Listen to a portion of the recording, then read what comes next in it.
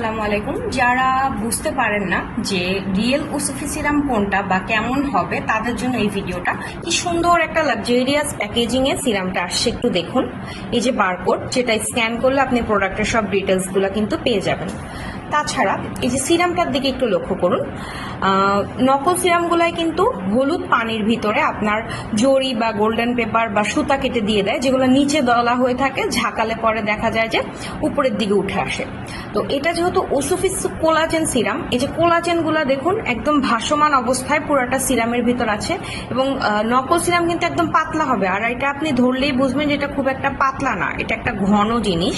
এবং যে বোতলটা, এটা কিন্তু একটা ভারী প্লাস্টিকের বোতল। নকলটা একদমই লো কোয়ালিটির প্লাস্টিকের বোতলে থাকবে। তো এটা কিন্তু আপনি দেখে বুঝতে পারবেন না এটা কাঁচ নাকি প্লাস্টিক। আগে কাঁচের বোতলে আসলেও এটা হচ্ছে এখন বর্তমান ভারী প্লাস্টিক বা চাচের বোতল যেটা বলে সেটাই করে আসছে। কারণ